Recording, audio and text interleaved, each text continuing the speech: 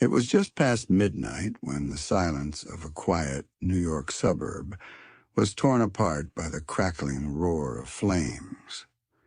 The air carried the bitter stench of gasoline, the kind that burns your throat before you even see the fire. Neighbors who looked out their windows that night would never forget the sight. A lone car engulfed in flames, its metal body glowing red like a furnace, parked at the edge of an empty lot. But what froze them in place wasn't just the fire. It was the faint, desperate pounding from inside the car. Through the rising smoke, a pair of small hands pressed against the fogged glass of the backseat window, clawing, smearing, desperate to get out. The muffled thuds of fists, weak, frantic, rhythmic, fought against the growing roar of the inferno. Someone was trapped inside, someone who should never have been there in the first place. When firefighters arrived minutes later, the blaze was so intense it distorted the air like ripples on water. They worked frantically, axes swinging, water hissing against the fire, and as the glass shattered, they pulled out a boy, just 12 years old. Barely conscious, coughing, his hair singed, his face streaked with soot and tears. His name was Jacob Miller. And Jacob didn't climb into that car alone. He had been locked inside by his own uncle. How could such a thing happen? Why would family, the very person meant to protect him, turn into the author of such a nightmare? Those were the questions investigators would chase as the truth unfolded. And the deeper they dug, the darker the story became. Jacob had been living with his uncle, Anthony Miller, for the past 6 months. On paper, Anthony seemed like an ordinary man, 43 years old, a mechanic by trade, living in a weathered 2-story house on the outskirts of Yonkers. To neighbors, he was quiet, distant, maybe a bit rough around the edges, but nothing that screamed danger. No one suspected that behind his closed garage doors, shadows were growing, thick and suffocating. That night, Jacob recalled, Anthony had taken him out under the pretense of a late-night drive. The boy thought it strange, but he obeyed. The streets were empty, the city strangely still, and the boy noticed something unsettling. Anthony said almost nothing. His hands clutched the steering wheel too tightly, his eyes fixed ahead, like he was following a script written somewhere deep inside his head. The car rolled to a stop at the vacant lot, surrounded by weeds and broken streetlights. Jacob asked why they had stopped there. Anthony only muttered, "Just sit tight, you'll be fine." His voice was flat, devoid of emotion. Then the doors locked. Jacob tried the handle. It wouldn't budge. He called out, his voice trembling, "Uncle Anthony? What's going on?" But Anthony didn't answer. Instead, he stepped out, walked to the trunk, and pulled out a red plastic container.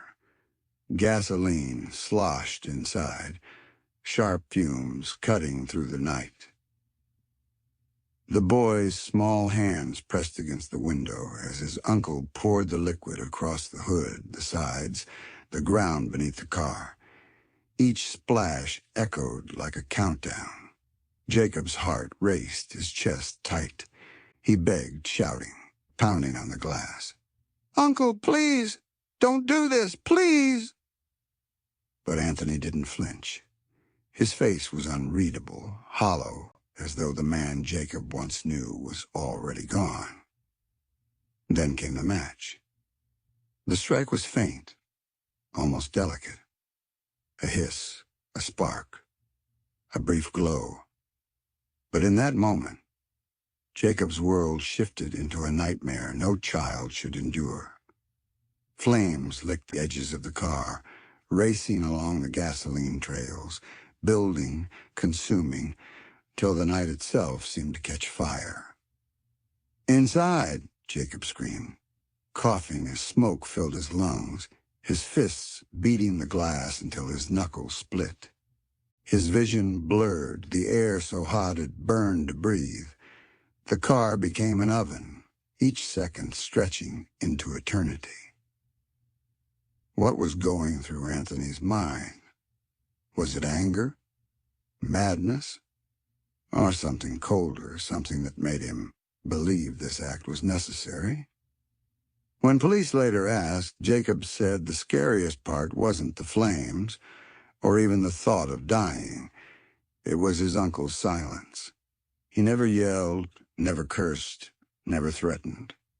He just watched, calm, detached, like a man carrying out a ritual he had already accepted.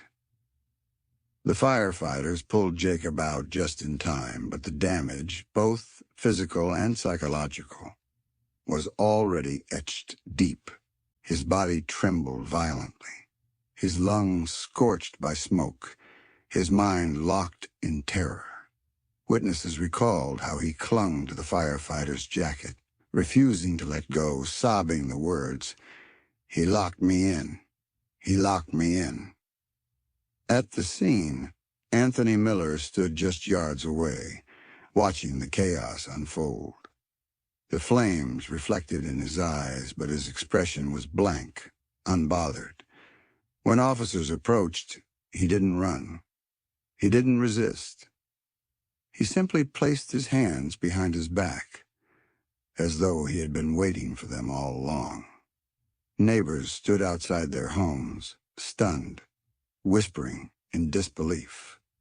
How could a man they had seen, mowing his lawn, fixing cars, waving hello in passing, be capable of this? And yet there he was, calmly led into a squad car, the smell of gasoline still clinging to his clothes. What drove Anthony to do it? That was the question investigators wrestled with as they pieced together the fragments of his life. But the answers would not come easily. Instead, each layer they uncovered revealed something more twisted than the last. Because this was not a crime of sudden rage. It was planned. And the more they looked, the clearer it became. Anthony had been preparing for this night. As Jacob lay in a hospital bed, oxygen mask strapped to his face, doctors fighting to stabilize his breathing, detectives combed through Anthony's home. What they found sent shivers through the most seasoned officers. Hidden in a small notebook inside his garage were pages of strange, obsessive writings. The entries circled around the same themes: fire, purification, sacrifice. One line, written over and over again, stood out like a scar on the page. Flames reveal the truth. But what truth? And why his nephew? The more detectives searched, the more unsettling the puzzle became. And soon they would realize that the fire in that vacant lot was not the beginning of Anthony's darkness, only the reveal. Detectives knew they weren't dealing with a simple act of violence. This was not a random outburst, not a heat-of-the-moment crime. Anthony Miller had thought about this, planned it, written about it. The question that echoed through the precinct halls was simple. Why? Neighbors, friends, even distant relatives all described Anthony the same way. Quiet, reserved. A man who kept to himself. Some said he was odd, but never threatening. Yet behind the locked doors of his garage, a darker picture emerged. Investigators pieced through boxes stacked in corners, shelves cluttered with tools and notebooks that looked more like journals of obsession. The words inside were erratic, looping, frantic. The fire cleanses. Smoke hides the lies. Only in the flames can the impure be revealed. It was as if Anthony had been preaching to himself, writing sermons that no one else was meant to hear. Digging into his past, detectives uncovered a childhood that carried its own shadows. Anthony had grown up in the same neighborhood, under the roof of a father known for his cruelty and discipline. Local records showed police calls from neighbors decades earlier. Shouts in the night, rumors of violence, whispers that Anthony and his siblings had endured punishments no child should know. But while his brothers moved away and cut ties, Anthony stayed. He inherited the house, the garage, the isolation, and it seemed the darkness. One chilling detail emerged. When Anthony was 15, a car fire had destroyed his father's old pickup. The blaze was ruled accidental, but Anthony's neighbors recalled how he stood in front of it, watching as if mesmerized. They said he didn't cry, didn't shout, didn't even move. He simply stared into the flames. Had something begun in him that night? Something that grew quietly over the years until it finally consumed him? Meanwhile, Jacob struggled to heal. In the sterile light of the hospital room, machines beeped steadily beside him, but the boy couldn't escape the memory. Every time he closed his eyes, he smelled the smoke. Every time he heard a creak in the hallway, he thought it was his uncle coming back. Nurses reported that he woke screaming in the night, clawing at the sheets as if he were still trapped inside that burning car. When detectives asked him why his uncle would do such a thing, Jacob's answer was barely a whisper. He said fire shows who we really are. The words matched the notebooks.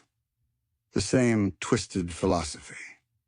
Anthony hadn't chosen Jacob by accident. He believed the boy, his own nephew, needed to be tested. Court proceedings revealed even more disturbing details. Prosecutors laid out a timeline showing Anthony had purchased extra gasoline weeks before the fire. He had scouted isolated lots. He had rehearsed. This wasn't a sudden snap. It was ritual. In the courtroom, Jacob testified, his voice trembling, eyes never leaving the floor. He described the moment the locks clicked, the smell of gasoline, the sight of his uncle's face glowing in the firelight. He repeated one phrase over and over. He didn't say anything. He just watched. Jurors shifted uncomfortably in their seats. Some looked away, unable to meet the boy's eyes. The silence Anthony carried that night, so cold, so empty, felt more horrifying than any shouted threat could ever be. Anthony himself spoke little during the trial. He sat, shoulders stiff, gaze fixed on some distant point. When asked directly why he did it, he offered a sentence that chilled the room. Fire takes away what doesn't belong. No elaboration, no apology, just that. Psychologists debated his state of mind. Was it madness, some deep psychosis that fractured his sense of reality? Or was it something else, an obsession he had nurtured and justified to himself over years? One doctor testified that Anthony wasn't detached from reality. He knew what he was doing. He knew it was wrong, but he believed it was necessary. That belief, unshakable and cold, was what made him truly dangerous. The verdict was inevitable. Guilty on all counts. Anthony Miller was sentenced to life in prison without parole. Yet even as the gavel fell, as he was led away in chains, he left the world with one more cryptic phrase. You can't stop the fire, it finds a way. The words lingered in the courtroom like smoke, suffocating, impossible to clear. Today, the lot where the fire happened still bears the scars. The ground is scorched, the asphalt cracked and blackened. Locals say grass refuses to grow there. Some passers-by claim that, on cold nights, they can still smell gasoline on the wind. The house Anthony lived in sits dark and abandoned, windows boarded, garage padlocked. No one wants to buy it. No one wants to live near it. Children dare each other to approach the fence, but few make it all the way to the door. They say if you get too close, you can hear the faint sound of metal groaning, like a car heating under flames. And Jacob? He survived. His burns healed. His body recovered. But his childhood ended that night. He lives now with distant relatives, far from New York, far from the memories. Yet the nightmares remain. Each time he smells smoke, his chest tightens. Each time a car door locks, his pulse races. The fire never left him. It simply followed, invisible, inside his mind. Some stories haunt because of their violence, others because of their mystery. But this one, it haunts because it came from family, from trust twisted into betrayal, from love turned into terror. Think of this. When the people closest to us can become the authors of our nightmares, where do we truly find safety? And if you think horror only lives in movies, remember Jacob's pounding fists against the glass, the silence of his uncle's stare, and the flames that nearly consumed them both. Because sometimes the scariest fire isn't the one outside. It's the one lit by those we trust most. If this story chilled you, remember, nightmares don't end when the lights come on. Subscribe for more true horror, because the darkest stories are the ones closest to home.